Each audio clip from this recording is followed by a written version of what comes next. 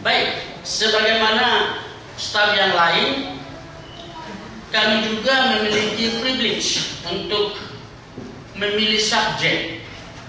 Dan kebetulan saya memilih 2 Petrus pasal 2 ayat 1 sampai 11, peringatan tentang guru-guru palsu. Saya tidak akan membawakan apa yang sudah di makalah itu semuanya, tapi ada sebagian nanti yang akan kita singgung di situ. Ya, saudara boleh membacanya di rumah. Saya hanya lihat dari pendahuluan. Dalam 2 Petrus pasal 2 ayat 1 sampai 11 ini, Petrus membicarakan tentang guru-guru palsu. Jadi situ ya. Petrus menuliskan peringatan ini melalui wahyu dari Roh Kudus, sehingga Petrus mengetahui persis bahwa ada guru-guru palsu di antara jemaat-jemaat yang menerima kitab 1 dan 2 Petrus, yaitu jemaat di Pontus, Galatia, Kapadokia, Asia Kecil, dan Bitinia. Dan bahkan bukan hanya Petrus saja yang mengetahui ini. Paulus juga sudah menubuatkan kepada jemaat di Efesus dalam kitab Kisah Rasul pasal 20 ayat 28. Akan muncul dari antara kamu guru-guru palsu, dikatakan kepada penatua-penatua yang telah dikumpulkan oleh Paulus. Tetapi kalau kita lihat, Paulus juga mengetahui bahwa apa yang dikhawatirkan oleh Paulus tentang guru-guru palsu di dalam kitab kepada jemaat di Efesus sudah ada, sudah bereaksi, sudah berhasil di jemaat Galatia. Galatia pasal 1 ayat 6 sampai 9. Maka Paulus mengatakan itu, aku heran melihat kamu begitu mudahnya kamu berpaling dari Injil yang telah kuberitakan kepadamu. Itu dia. Itu sudah nyata di Galatia. Apa yang dikhawatirkan oleh Paulus di Efesus sudah nyata di Galatia. Nah, kemudian di sini Petrus mengatakan hal yang sama. Dalam 2 Petrus pasal 2 ayat 1 sampai 11. Kita mengetahui Petrus mengatakan bagaimana cara kerja para guru-guru palsu tersebut, yaitu memasukkan pengajaran-pengajaran sesat yang membinasakan. Orang tidak paham dengan pengajaran sesat itu. Ya. Orang tidak sadar kalau pengajaran yang dibawa oleh guru-guru palsu itu ke jemaat-jemaat itu sangat berbahaya. Mereka menganggap kalau itu adalah ajaran baru dan ajaran yang perlu untuk diadopsi. Maka mereka tidak sadar. Mereka melahap itu. Santapan rohani yang dibawakan oleh guru-guru palsu dengan bahasa-bahasa yang indah, dengan gaya-gaya yang menarik, mereka lahap. Kemudian dikatakan oleh Petrus ini, mereka itu menyangkal penguasa Yesus Kristus yang telah menebus mereka. Okay? Kalau kita membaca kitab 1, 2, 3 Yohanes, orang-orang penerima kitab itu menyangkal penguasa, menyangkal Yesus. Mereka tidak percaya kalau Yesus itu adalah manusia juga. Yang disebut dengan orang-orang yang percaya kepada ajaran noktis, ajaran antikristus dan lain sebagainya.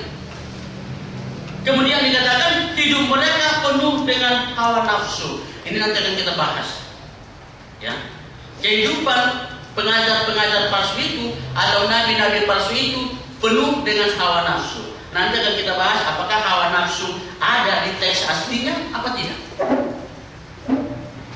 atau ini sudah termasuk tafsiran. Kemudian dikatakan lagi mereka serakah sehingga mencari untung dari saudara-saudaranya. Nah, ini dia. Jadi ini merupakan ciri-ciri guru-guru palsu atau pengajar-pengajar palsu yang dikatakan oleh Petrus. Pengajar-pengajar palsu itu tidak terjadi dalam satu malam di jemaat. Pengajar palsu itu sangat sulit untuk dideteksi. Ya. Kenapa? Karena mereka berasal dari antara jemaat itu sendiri. Inilah yang membuat kita tidak tahu, tidak sadar kalau di antara kita itu ada pengajar-pengajar palsu. Maka kita harus hati-hati. Maka kita diperingatkan di sini. Bagaimana kita menghadapi mereka? Maka Saudara Lambert kemarin mengatakan waspada. Hanya itu yang bisa kita lakukan. Waspada kepada setiap pengajaran. Kadang-kadang justru dari pemimpin-pemimpin di jemaat itu timbul ajaran-ajaran sesat. Dari antara kita yang ada dalam jemaat itu berubah menjadi guru-guru palsu. Petrus mengatakan di ayat 1, sebagaimana nabi-nabi palsu dahulu tampil di tengah-tengah umat Allah. Nah, kalau Petrus berbicara sebagaimana nabi-nabi palsu timbul di antara umat Allah dahulu, berarti ini ditujukan kepada masa perjanjian lama. Perlu kita ketahui, Petrus adalah orang Yahudi dari Galilea. Ya, orang Galilea, kalau saudara mau meresearch orang Galilea, itu orang-orang yang kasar bahasanya. Kalau di Indonesia bisa kita menyamakan mereka dengan orang-orang Tegal, orang-orang Cirebon, Ngapak. Itu kalau orang Jawa tapi kan. Nah, kalau orang Sunda mengatakan orang Jasen, seperti itulah. Ya. Kalau orang Batak mengatakan dale. Tahu istilah dale? Nah, itulah orang-orang yang tidak diperhitungkan. Ya. Tetapi di sini kita lihat justru orang-orang yang tidak diperhitungkan itulah yang dipergunakan oleh Yesus untuk menyampaikan kebenaran kepada raja-raja, kepada penguasa, kepada semua rakyat di Palestina. Maka sering kita mengatakan cara pandang Allah dengan cara pandang manusia berbeda. Kita akan melihat bukti dalam perjanjian lama. Memang dalam kitab Roma pasal 15 ayat 4 dikatakan, sebab apa yang telah tertulis terdahulu itu adalah menjadi pengajaran bagi kamu, bagi kita. Maka oleh sebab itu perlu kita belajar hal-hal yang dituliskan dalam perjanjian lama, sebagaimana dikatakan oleh Petrus di sini. Sudah terjadi di kalangan umat Allah dahulu. Nabi-nabi palsu ada banyak nabi-nabi palsu dalam perjanjian lama. Di Bilangan 22 ayat 2 sampai 20 kita melihat di situ ada Bileam. Kemudian 1 Raja-Raja pasal 18 ayat 20 sampai ayat 46. Kita melihat di situ ada kontes yang dilakukan di sana di Gunung Karmel antara Nabi Elia dengan 450 nabi-nabi Baal. Ya. Kemudian dalam 1 Raja-Raja pasal 13 ayat 1 sampai 34. Kalau kita melihat ini menyedihkan sekali. Maka ketika saya belajar 1 Raja-Raja pasal 13 ayat 1 sampai 34 itu mengenai nabi muda dari Yehuda, itu sangat-sangat menyedihkan. Seorang nabi muda yang diutus oleh Allah dari Yerusalem, dari Yehuda untuk pergi kepada Yerobeam, untuk menegur Yerobeam yang menyembah berhala. Dan dia melakukan tugas itu dengan baik.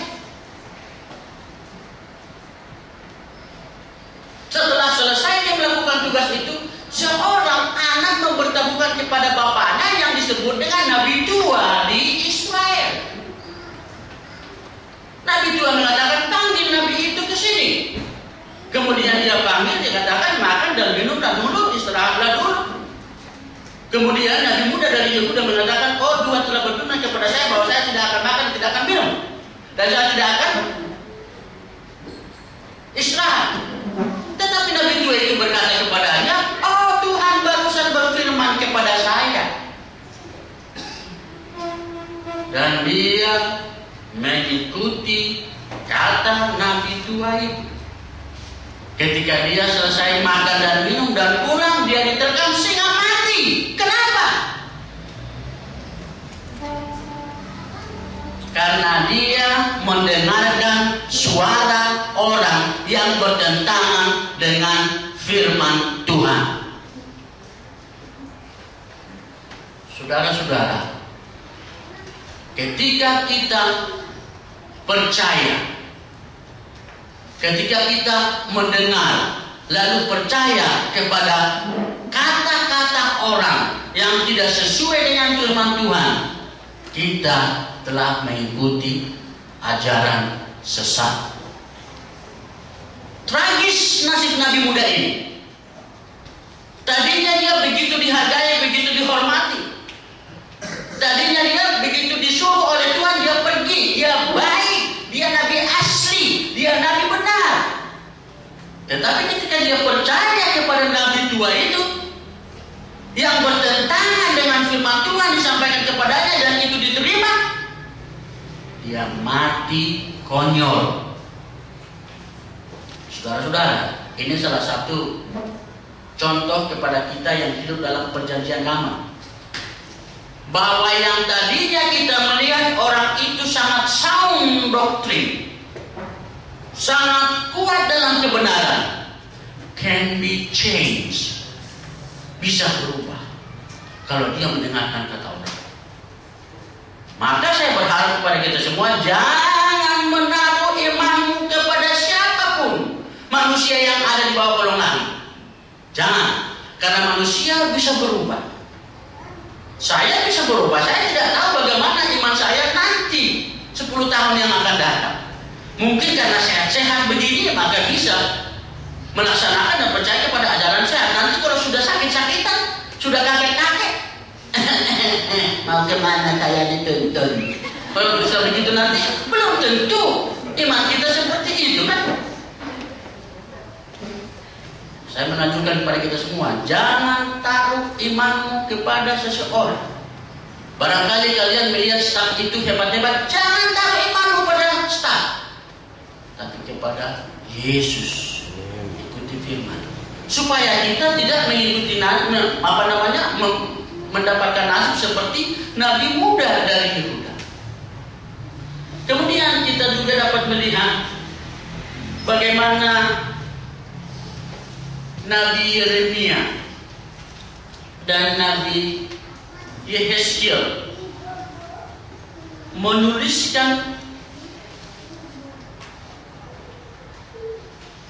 peringatan-peringatan kepada nabi-nabi palsu di Yehuda, karena orang-orang Yehuda sudah lebih percaya kepada ajaran-ajaran nabi-nabi palsu. Dalam Yeremia pasal 23 ayat 9 sampai 14, Yehezkiel pasal 13 ayat 1 sampai 16. Ya, saya tidak usah mengutip itu, silakan saudara menulisnya karena itu tidak ada di teks ini. Ya, sudah ditulis dan nanti dibaca. Suku Yehuda atau disebut kerajaan selatan, ketika Yeremia bernubuat kepada mereka, mereka tidak percaya. Ketika Yeremia menubuatkan kepada mereka bahwa ada waktunya nanti di mana satu batu pun tidak akan tersusun mengenai batu-batu di bait Allah. Yeremia menubuatkan itu melalui inspirasi dari Tuhan. Tetapi pemimpin-pemimpin dan imam-imam dan nabi-nabi yang ada di Yehuda tidak percaya. Bahkan respon mereka kepada apa yang telah disampaikan oleh Yeremia, mereka mengatakan, karena kamu sudah menubuatkan kehancuran rumah Tuhan, maka kamu wajib untuk mati. Saudara-saudara, kadang-kadang nabi yang benar tidak punya pendukung. kita yang mengikuti ajaran yang benar tidak punya teman, tidak ada yang menerima. Orang lebih percaya kepada apa yang tidak sesuai dengan firman Tuhan. Karena manusia sekarang ini malas untuk membaca Alkitab. Ada sebagian orang mengatakan terlalu suci kitab suci itu untuk saya baca. Saya orang kotor, saya orang berdosa. Bukan itu. Justru sebaliknya sebenarnya, kalau kita sadar kita orang berdosa, mari kita baca firman Tuhan supaya kita dikuduskan oleh firman yang kita baca itu. Tapi kebanyakan orang tidak peduli lagi dengan itu. Sehingga manusia sekarang yang mengatakan dirinya berbakti kepada Tuhan tidak memahami apakah yang dibawa oleh nabi-nabi palsu itu ajaran yang benar atau tidak. Sama seperti orang Yehuda. Ya. Kalau kita melihat dalam Yeremia pasal 28 ayat 1 sampai 16, di situ Nabi Yeremia telah menubuatkan 2 tahun lagi. Dia tidak menubuatkan 2 tahun lagi. Hanania melawan nubuatan Nabi Yeremia. Hanania menubuatkan, Hanania inilah nabi yang dipercayai oleh para imam di Yehuda, mengatakan 2 tahun lagi kuk ini akan menimpa Raja Babylon, untuk melawan nubuatan yang dikatakan oleh Nabi Yeremia. Maka Hanania juga membuat nubuatan untuk menandingi apa yang telah dinubuatkan oleh Yeremia dan mengatakan bahwa kuk ini, kuk dari besi itu akan menimpa Raja Nebukadnezar. Kemudian Yeremia mengatakan, mudah-mudahan terjadi seperti yang kau katakan. Lalu Yeremia mengatakan, tetapi ingat,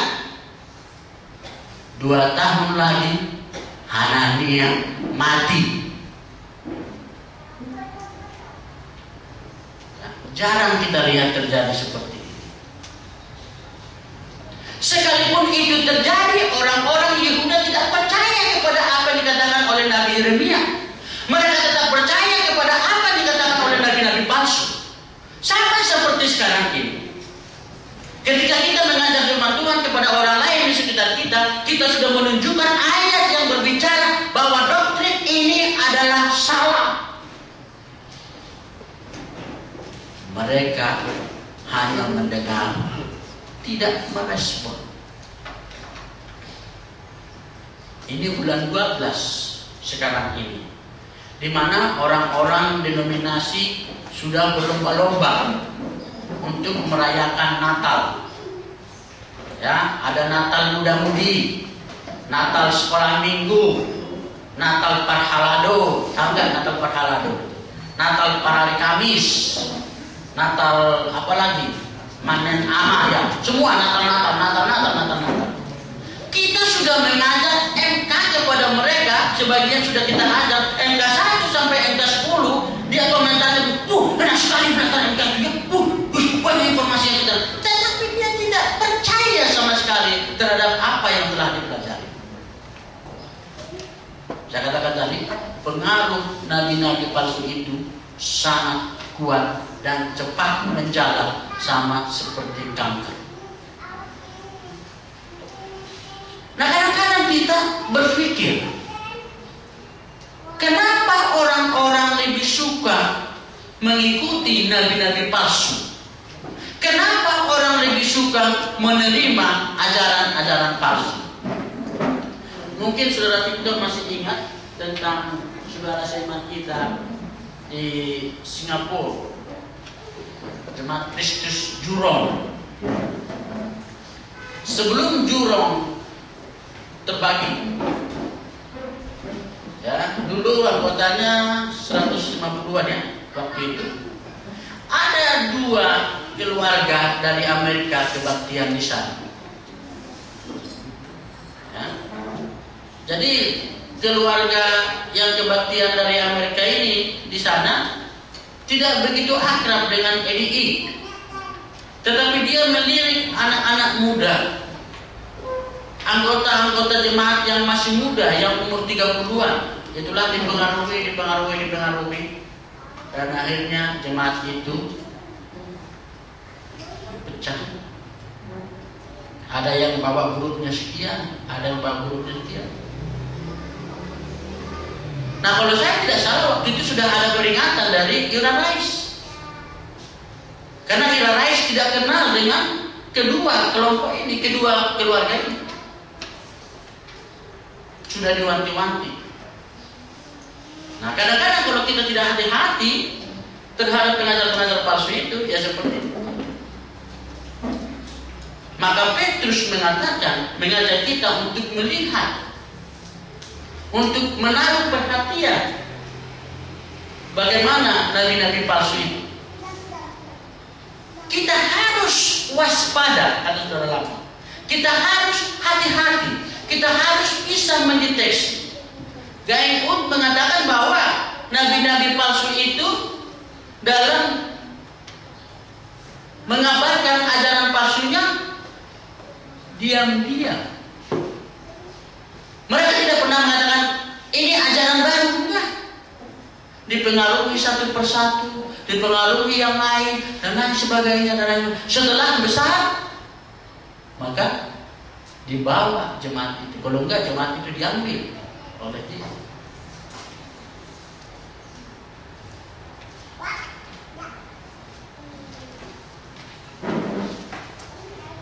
Mereka menyangkal penguasa.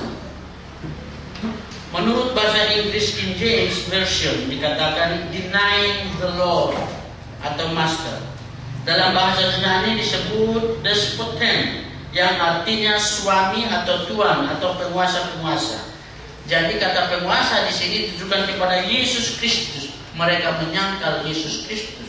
Karena apa? Karena guru-guru palsu tidak mau tunduk kepada apa yang dikatakan oleh Tuhan. Mereka tidak mau tunduk kepada apa yang disebutkan di firman ini. Mereka ingin keluar dari sini. Mereka ingin supaya mereka menjadi tuan atas jemaat tersebut.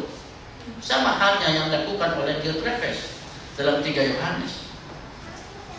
Maka hati-hati. Jangan seorang pun di antara kita yang namanya pemimpin-pemimpin jemaat ingin berkuasa atas jemaat.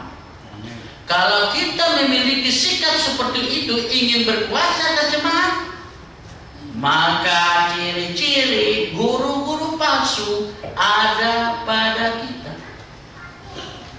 Yang berkuasa di jemaat hanyalah Kristus, karena dia sebagai kepala.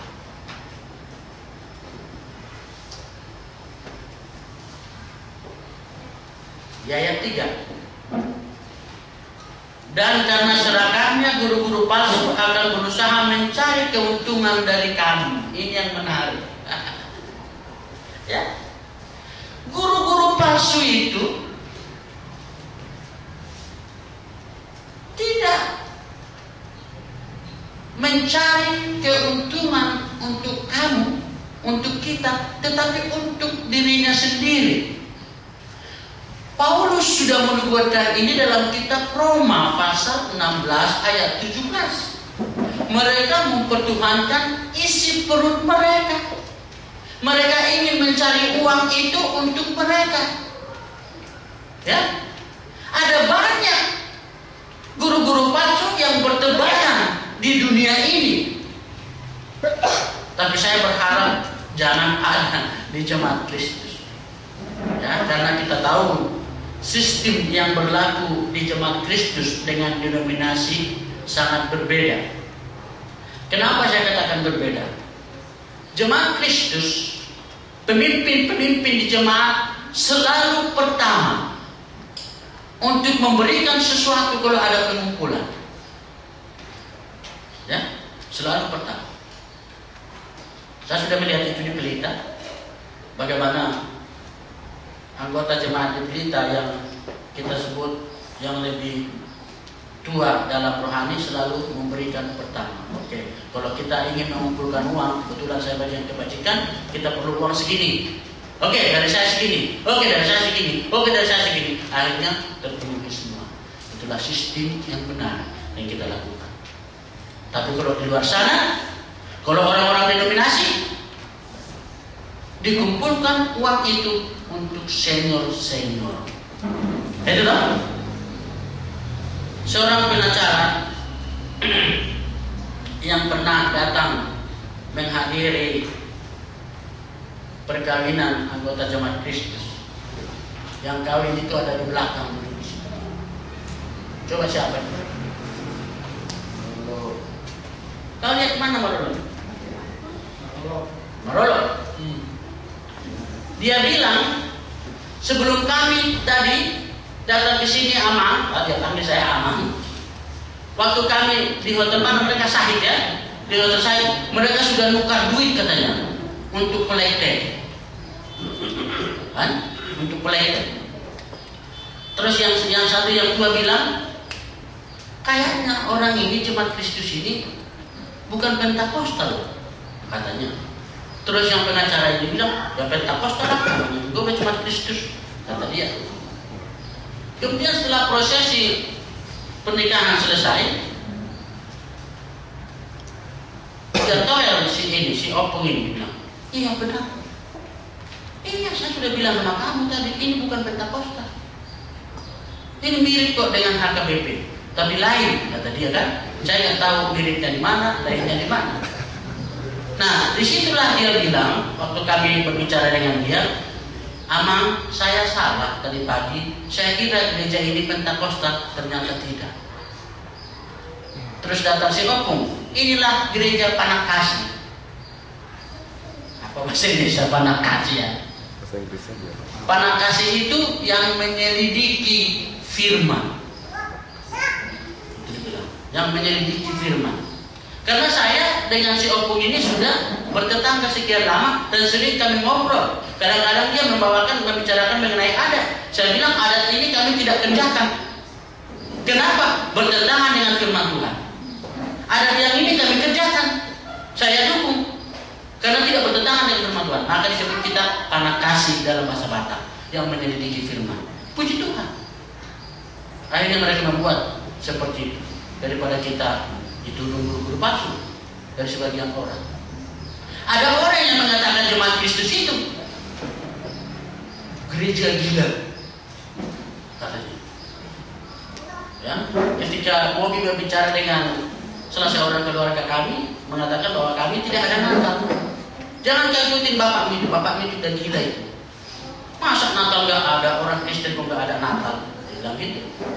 Ya, jadi ada banyak orang yang kadang-kadang mengatakan kita tidak benar, tetapi kita tahu di mana kita berdiri. Ingat, ciri-ciri yang dimiliki oleh guru-guru palsu adalah salah satunya mencari keuntungan untuk dirinya sendiri. Kemudian cerita-cerita isapan jempol yang sering mereka pakai dalam ayat 3. Dalam bahasa Inggris disebut famous words, yang artinya kata-kata yang menggiurkan, cerita yang dibuat-buat, cerita atau perkataan yang tidak benar. Guru-guru palsu tidak peduli dengan kebenaran. Yang penting bagi mereka adalah memperoleh uang, apakah dengan menipu atau dengan menceritakan hal-hal yang tidak benar. Ini dia, dirundingkan di situ. Ya, dia nggak peduli apakah itu bertentangan dengan firman Tuhan, di mana letaknya, bagaimana caranya, tidak peduli. Yang penting menghalalkan segala cara untuk mendapatkan uang, karena mereka bukan berfokus kepada Kristus. Fokus mereka adalah duniawi, dunia ini. Maka yang penting adalah uang, uang, uang, uang, uang, uang, uang, uang.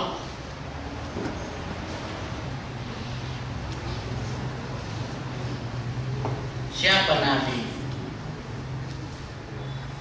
di dalam perjanjian lama yang berusaha mengutuk orang Israel karena uang?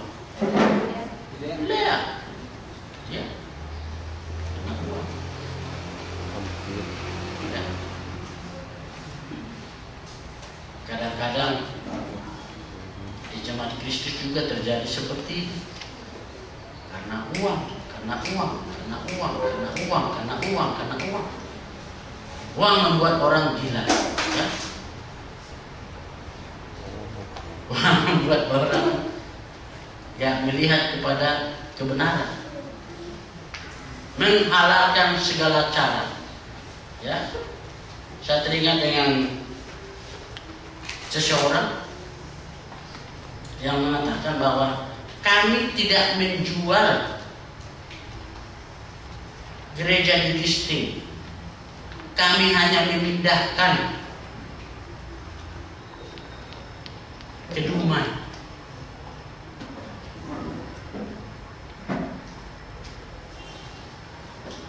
Ya.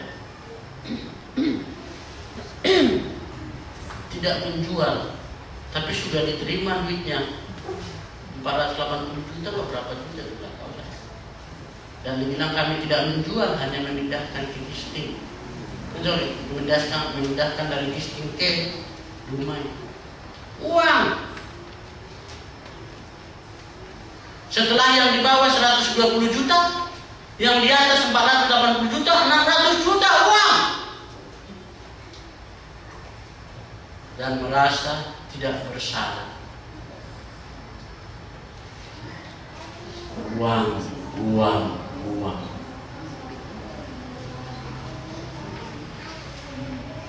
Ayat 4 sampai 8. Kelima ayat ini membicarakan nasib para pembangkang kepada Allah. Setelah di ayat 1 sampai 3 Petrus membicarakan sifat terjang dan nasib guru-guru palsu atau pengajar palsu. Itu diketik di situ pengganggu palsu, ya. Coret aja pengganggunya, ganti menjadi pengajar palsu.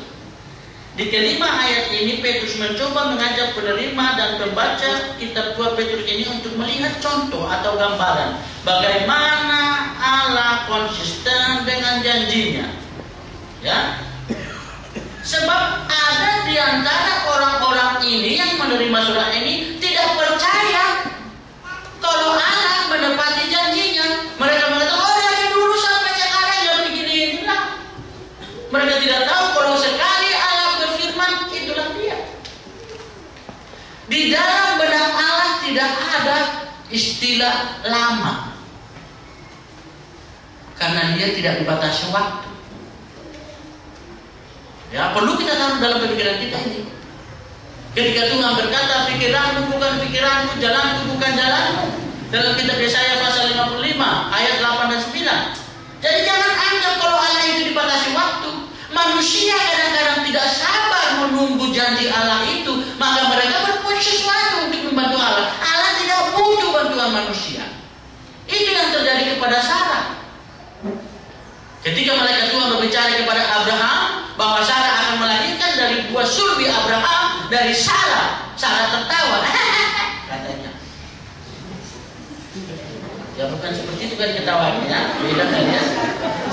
90 tahun mungkin.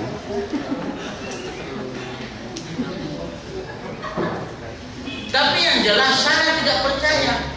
Maka Sarah berpikir, oh, saya sudah tua, sudah menopause. Pikiran Sarah, gak mungkin lagi punya anak.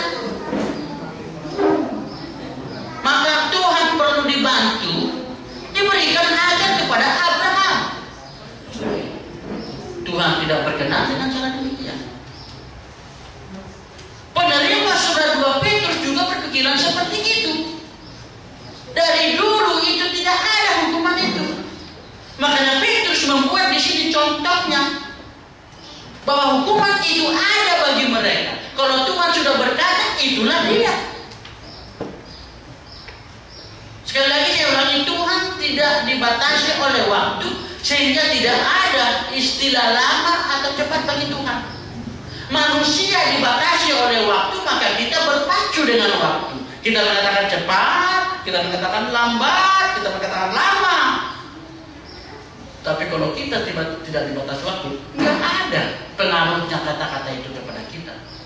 Karena Allah itu adalah eternal, kekal selama-lamanya. Jadi nggak ada istilah lambat, nggak ada istilah cepat, nggak ada istilah menunggu dan lain sebagainya. Oke? Nah, kita tahu bahwa Allah membicarakan nasib para nabi-nabi palsu. Dalam kitab Yeremia, saya katakan tadi, dalam kitab Yehezkiel juga dikatakan nasib dari nabi-nabi palsu. Nah, di sini Petrus membuat 3 contoh nasib orang-orang yang membangkang kepada Tuhan, yang disamakan dengan pengajar-pengajar palsu atau nabi-nabi palsu, yaitu malaikat-malaikat yang berbuat dosa. Nasibnya bagaimana? Dikurung, ya kan? Kemudian Allah mendatangkan air bah untuk menghukum penduduk bumi di ayat 5 yang terdapat dalam kitab Kejadian pasal 6 dan pasal 7. Bagaimana nasib manusia semua yang ada di bawah kolong langit kecuali keluarga Nuh? Modiar, kata orang Jawa ya. Mati semua, binasa. Semua makhluk juga binasa. Yang selamat hanya yang ada dalam bahtera. Perlu kita ketahui bahtera ini adalah tipe kepada gereja. Yang hanya selamat adalah orang-orang yang ada di dalam gereja. Ya? Kemudian dikatakan Allah menghukum penduduk Sodom dan Gomora karena dosa homoseksual. Di ayat 6 yang terdapat dalam kitab Kejadian pasal 19 ayat 1 sampai 16. Nah, lihat di sini contoh nomor 2 dan nomor 1 dan nomor 3 dapat kita baca langsung dalam kitab Kejadian pasal 6 dan pasal 7 dan pasal 19 ayat 1 sampai 6. Tetapi untuk contoh nomor 1 di atas mengenai malaikat-malaikat yang dikurung tidak dapat kita temukan dalam Alkitab. Oke? Nah, kata malaikat-malaikat yang berdosa perlu kita bahas. Apakah kata malaikat di sini ditujukan kepada malaikat surgawi, makhluk surgawi, ataukah ditujukan kepada pemimpin-pemimpin dalam jemaat seperti yang dituliskan oleh Rasul Yohanes dalam kitab Wahyu pasal 3? Sering orang memperdebatkan ini, ya, sampai split, terpecah.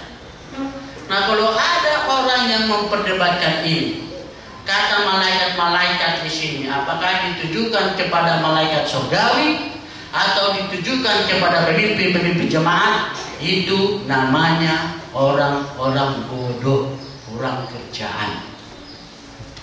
Saya tidak peduli ini ditujukan kepada siapa. Konteks membicarakan ini hanya contoh dibuat oleh Petrus. Siapapun orangnya, bagaimanapun kedudukannya, bagaimanapun kesalahannya, dari manapun asalnya, kalau dia melakukan kesalahan tetap dihukum. Mau malaikat, mau apa, sama hanya yang dikatakan oleh Paulus dalam kitab Galatia pasal 1. Sekalipun malaikat dari surga turun dan memberitakan Injil yang berbeda dengan apa yang telah diberitakan kepada, terlaknatlah dia. Siapapun, kalau dia datang membawa pengajaran yang berbeda dengan Alkitab,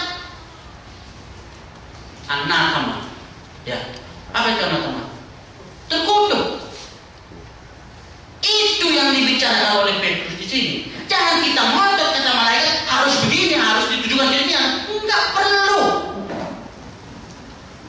Ya, bukan itu poin Petrus di sini. Poin Petrus di sini menunjukkan kepada orang-orang penerima suratnya, siapapun orangnya, bagaimanapun orangnya. Karena kita tahu, perlu kita ketahui menurut tradisi orang Yahudi bahwa malaikat itu dalam pendapat orang Yahudi jauh lebih tinggi di atas manusia.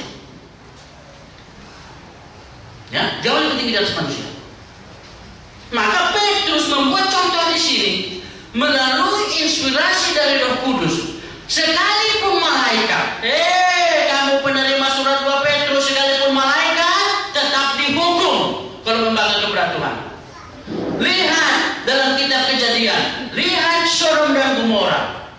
Saya kira 3 contoh cukup bagi mereka untuk percaya bahwa itu Tuhan tetap menepati janjinya dan Tuhan tetap menghukum orang-orang yang membangkang kepadanya. Ayat 9-10 yang akan kita bahas dalam kedua ayat ini adalah menyimpan orang-orang jahat untuk disiksa pada hari penghakiman. Ini menjadi polemik dalam kehidupan. Yes. Ya. Di mana disimpan? Dalam peti? Di bawah tanah? Di mana? Sebenarnya kita tidak perlu tahu ini. Asal kita percaya bahwa mereka dibiarkan di suatu tempat, disimpan di suatu tempat, menunggu nanti hari penghakiman. Nah, di sini dibuat pengertiannya train. Ya, dalam bahasa Yunani. Artinya to keep in custody, disimpan atau ditahan dalam penjagaan. Sama seperti orang yang bersalah, sama seperti orang penjahat yang ditangkap. Kemudian ditangkap polisi, kemudian disel dulu oleh polisi. Inilah yang dimaksudkan di sini. Mereka disel menunggu ada ketukan dari hakim bahwa mengatakan saudara Dedi bersalah 15 tahun penjara. Contohnya itu, ya. Nah, setelah itu dipatok balunya, maka dia dimasukkan ke penjara Salemba atau Nusa Kambangan. Itulah yang maksudnya di sini. Kejam banget Nusa Kambangan. Nah, jadi seperti itu yang dimasukkan disimpan itu. Disimpan dalam penjagaan yang berarti tidak bisa lagi dirubah nasibnya. Ini menentang ajaran yang diajarkan oleh orang-orang Katolik tentang purgatori. Dalam Lukas pasal 16 kita sudah melihat contoh tentang orang kaya dan Lazarus, di mana setelah orang itu mati kemudian mereka disimpan di Hades.